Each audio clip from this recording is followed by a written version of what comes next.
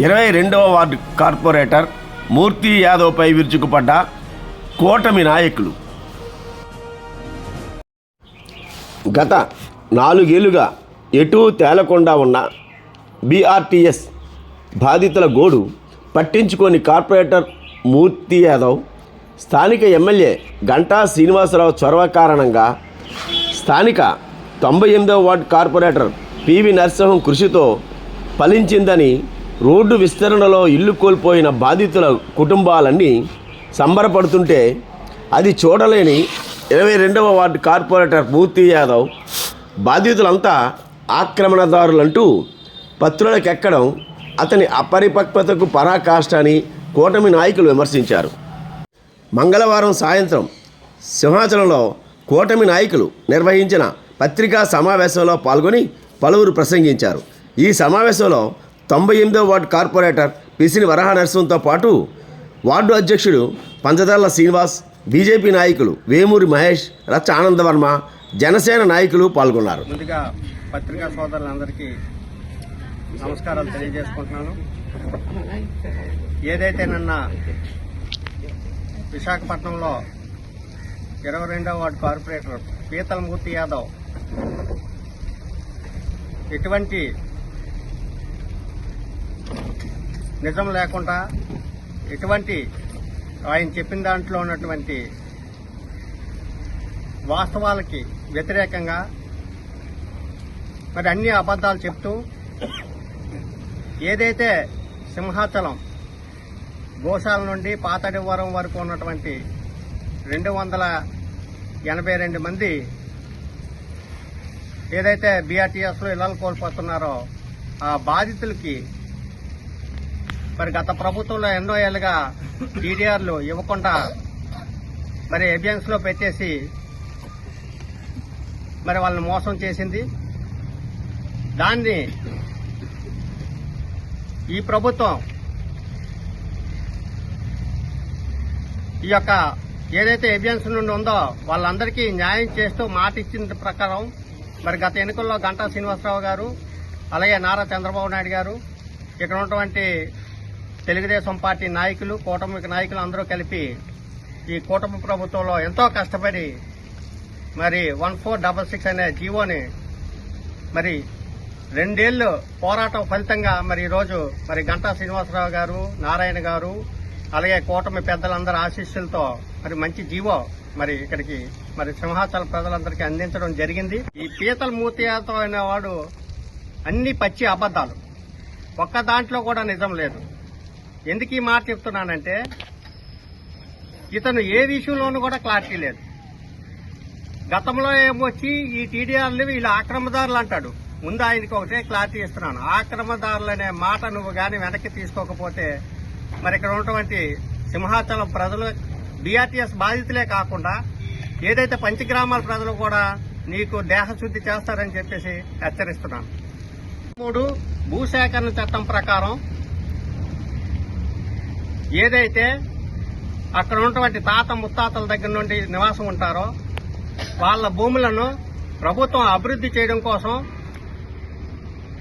మరి ఏదైతే సేకరిస్తారో వారికి అక్కడ ఇల్లుంటే ఇల్లుకి గాని, స్థలం ఉంటే స్థలం గాని వాళ్ళకి కాంపన్సేషన్ ఇవ్వాలి. దానికి చట్టబద్ధత ఉంది. వాళ్ళ హక్కుదారులు, వాళ్ళని ఎటువంటి హక్కులు లేవు అంటే అతను ఏమనాలో మరి అతను విజ్ఞతగా వదిలేశాను. ప్రజలు మాత్రం సింహాచలం వస్తే మాత్రం అతనికి దేహశుద్ధి చేస్తారని చెప్పేసి మరోసారి తెలియజేసుకుంటున్నాను. సింహాచల దేవస్థానం వలన సమస్య వలన మాకు టైటిల్ డీడ్స్ ఉన్నప్పటికీ కూడా మాకు రిజిస్ట్రేషన్ సౌకర్యం లేకపోవడమే మా సమస్య. దానికి 2013 భూసేకరణ చట్టం అనేది ఉపయోగించి ఎవరైతే తాత ముత్తాతల దగ్గర నుండి ఉన్నారో వాళ్ళందరికీ కూడా హక్కు కల్పించేటువంటి చట్టబద్ధతతోని మరి 1466 జీవో ద్వారా మా అందరికీ లబ్ధి చేకూర్చారు. కూటమి ప్రభుత్వం లబ్ధి చేకూర్చింది. నారా చంద్రబాబు నాయుడు గారు ఆశీస్సులతో ఇది మంచి జరుగుతుంది. 280 కుటుంబాలు బాగుపడుతున్నాయి. నువ్వు కూటమిలో ఉండి కూటమి ప్రభుత్వానికి వ్యతిరేకంగా నువ్వు మాట్లాడడం మాత్రం చాలా మరి కూటమి పెద్దలందరూ ఆలోచించుకోవాలి. ముఖ్యంగా పవన్ కళ్యాణ్ గారు ఈయన గురించి ఆలోచన చేయాలి. ఇక్కడే కాదు, ఎక్కడో రియల్ ఎస్టేట్ వాళ్ళని నువ్వు బ్లాక్మెయిల్ చేయి. ఇక్కడ ఉన్న వాళ్ళందరూ పేదవాళ్ళు. ఇందులో కూడా ఎంతమంది ఉన్నారంటే పేదవాళ్ళు, స్క్వేర్ మీటర్లు పోయిన వాళ్ళు 52 మంది, 50 స్క్వేర్ మీటర్లు పోయిన వాళ్ళు 77 మంది, 75 స్క్వేర్ మీటర్లు పోయిన వాళ్ళు 48 మంది, 100 స్క్వేర్ మీటర్లు పోయిన వాళ్ళు 45 మంది. అంటే వీళ్ళందరూ 100 పైన ఉండే వాళ్ళు 60 మంది. అంటే వీళ్ళందరూ కూడా 100 గజాల లోపే ఉన్న వాళ్ళే సుమారు 222 మంది 100 స్క్వేర్ మీటర్ల లోపు ఉన్న వాళ్ళు. దీన్ని ఎలా వక్రీకరించి మాట్లాడుతున్నాడంటే ఈ 282 మందిలో 222 మంది 100 స్క్వేర్ మీటర్లు లోపడి ఉన్నవాళ్ళు, 25 స్క్వేర్ మీటర్లు, ఈ 77 స్క్వేర్ మీటర్లు, 50 స్క్వేర్ మీటర్లు ఉన్నవాళ్ళు. వీళ్ళని ఇదే కాకుండా 24 మంది 6 స్క్వేర్ మీటర్లు, 3 స్క్వేర్ మీటర్లు, 2 స్క్వేర్ మీటర్లు, ఇలాగా 10 లోపు స్క్వేర్ మీటర్లు ఉన్న వాళ్ళు 24 మంది ఉన్నారు. ఇవన్నీ తప్పు కాదు.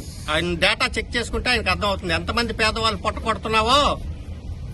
నీ విజ్ఞతగా వదిలేశాను. పేదవాళ్ళ కోసం మాత్రం నువ్వు ఆలోచించు.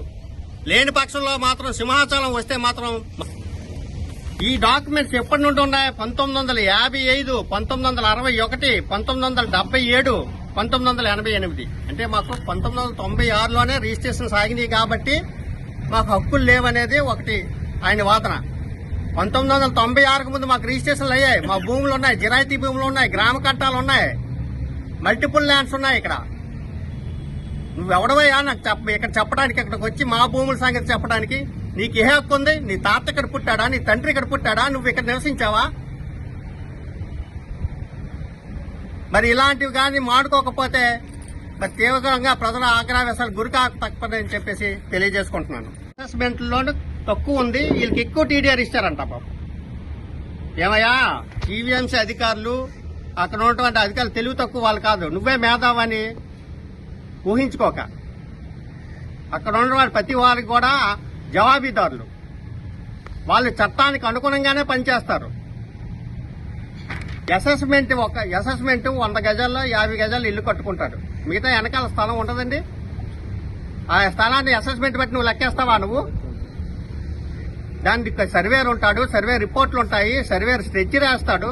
ఆ స్కెచ్ని తీసుకొని ఆ కాంపన్సేషన్ కానీ ఆ టీడీఆర్ కానీ ఇస్తారు. నువ్వు దీన్ని కూడా వక్రీకరిస్తున్నావు. అంటే నువ్వు ఏదో విధంగా దీన్ని తప్పుదోవ పట్టించి ఇప్పటికే గతంలో 2 సార్లు ఈ సమస్యని నువ్వు నీ వలన ఆగింది. మళ్ళీ ఇప్పుడు అభియాన్స్ లో పెట్టాలి. నీకు ఇక్కడ ఎవడో రియల్ ఎస్టేట్ వాడు లేడు, ఇక్కడ భూస్వాములు లేరు, ఇక్కడ ఉన్న వాళ్ళందరూ పేదలు. చిల్లి గవ కూడా నీకు ముట్టదని చెప్పేసి హెచ్చరిస్తున్నాను. ఒళ్ళు జాగ్రత్త పెట్టుకొని మరి ప్రెస్ మీట్లు ఇస్తే బాగుంటుందని చెప్పేసి తెలియజేసుకుంటూ, మరి నారా చంద్రబాబు నాయుడు గారు, గంటా శ్రీనివాసరావు గారు, ఏదైతే పవన్ కళ్యాణ్ గారు, లోకేష్ బాబు గారు, మరి నారాయణ గారు, ముఖ్యంగా వీళ్ళందరి పెద్దలందరికీ ఏదైతే ఇందులో ఉన్నటువంటి కమిటీలో ఉన్నటువంటి దీనికి లీగల్ శాండిటీ లేకపోవడం వలన కమిటీ కూడా ఒకటి వేయడం జరిగింది. కమిటీలో 17/6/2025 కమిటీ వేశారండి. అందులో commissioner, director MAUD, GVMC commissioner, endowments commissioner, revenue department and law secretary, DCCP director, GO number 1366, వీళ్ళందరూ కూడా ఈ కమిటీలో ఉన్న వాళ్ళందరూ ఐఏఎస్లు, ఉన్నత చదువులు చదువుకున్న వాళ్ళు, మేధావులు. ఈయనొక్కడ మాత్రం వీళ్ళందరినీ తప్పుపడుతున్నాడు. ఆపుకోకపోతే మాత్రం తీవ్ర ప్రతిఘటన తప్పదు. ముఖ్యంగా ఈ కూటమి ప్రభుత్వం పెద్దలందరికీ, అడివారం బీఆర్టీఎస్ బాధితులందరూ కూడా ప్రత్యేకంగా ధన్యవాదాలు తెలియజేసుకుంటూ, వీళ్ళకి ఎప్పుడూ రుణపడి ఉంటారు మీకు పెద్ద కూటమి ప్రభుత్వానికి. కూటమి ప్రభుత్వం వెంటనే అడివారం గ్రామం ఉంటుందని చెప్పేసి తెలియజేసుకుంటూ, ముఖ్యంగా నారా చంద్రబాబు నాయుడు గారికి, పవన్ కళ్యాణ్ గారికి, నారా లోకేష్ గారికి, అలాగే మా శాసనసభ్యులు, ముఖ్యంగా ఇందులో గంటా శ్రీనివాసరావు గారి కృషి చాలా మరువలేనిది. ఆయన చెప్పారు, ఏదైతే ఎన్నికల సమయంలో మన గ్రామంలోకి వచ్చి ఒక ప్రెస్ మీట్ పెట్టి అది ఏది బహిరంగ సభలో పెట్టి బహిరంగ సభలో ప్రకటించడం జరిగింది. అలాగే నేను స్థానిక కార్పొరేటర్ గా కూడా దాన్ని మేనిఫెస్టోలో పెట్టించడం జరిగింది.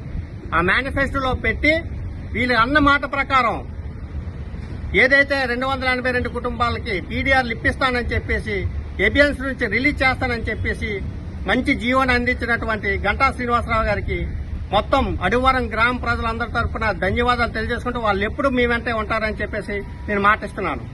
అలాగే నారాయణ గారికి గంటా శ్రీనివాసరావు గారు సహకారంతో నారాయణ గారు ప్రతి క్షణము ఏ రోజు నేను పలానా రోజు పీవీ నువ్వు అక్కడికి వెళ్ళు, ఆయన్ని కలు, నీకు కావాల్సిన సంబంధించిన డాక్యుమెంట్లు సమర్పించు అని చెప్తే వెంటనే ఆయన స్పందించడం, దానికి అనుగుణంగా ఉన్నతాధికారులతో సమావేశాలు ఏర్పాటు చేసి ఏదైతే క్షుణ్ణంగా పరిశీలించి చట్టానికి లోబడి మంచి జీవోని 1466 జీవో ద్వారా మా అందరికీ మంచి చేస్తున్నటువంటి మరి నారాయణ గారికి పేరు పేరున ధన్యవాదాలు తెలియజేసుకుంటూ త్వరలోనే ఇక్కడ సింహాచలంలో మంచి బహిరంగ సభ పెడతాం. టీడీఆర్ బాధితులు టీడీఆర్లో ఎవరైతే ఈరోజు టీడీఆర్ పుచ్చుకుంటున్నారో వాళ్ళందరితో ఒక సమావేశం ఏర్పాటు చేసి ఈ పెద్దల్లో అందరినీ ఇక్కడ పిలిపించి వాళ్ళకి మంచి గౌరవం ఇస్తామని చెప్పేసి గౌరవించుకుంటామని చెప్పేసి తెలియజేసుకుంటూ పీతల మూర్తి యాదవ్కు మరొకసారి హెచ్చరిస్తున్నాను. ఒళ్ళు జాగ్రత్త పెట్టుకుని మాట్లాడితే బాగుంటది. ఊరుకుంటున్నారు కదా మరి ఇక్కడ వాళ్ళు ఏమీ చేయలేరని చెప్పేసి అక్కడెక్కడో స్టార్ హోటల్లోని మీటింగ్ పెట్టుకుని అన్ని చట్టబద్ధత లేదు అంటే మాత్రం నీకు అధికారులు ఏం తెలివి తక్కువ కాదు. అన్నిటికీ చట్టబద్ధత ఉంది. చట్టానికి లోబడి టీడీఆర్లు ఇస్తున్నారు. నీ పప్పులు సాగవని చెప్పేసి నీ ఆటలు ఇక్కడ ఉడకవని చెప్పేసి తెలియజేసుకుంటూ మరొకసారి హెచ్చరిస్తున్నాను. ఒళ్ళు జాగ్రత్త పెట్టుకోమని మాట్లాడితే బాగుంటుందని చెప్పేసి హెచ్చరిస్తున్నాను.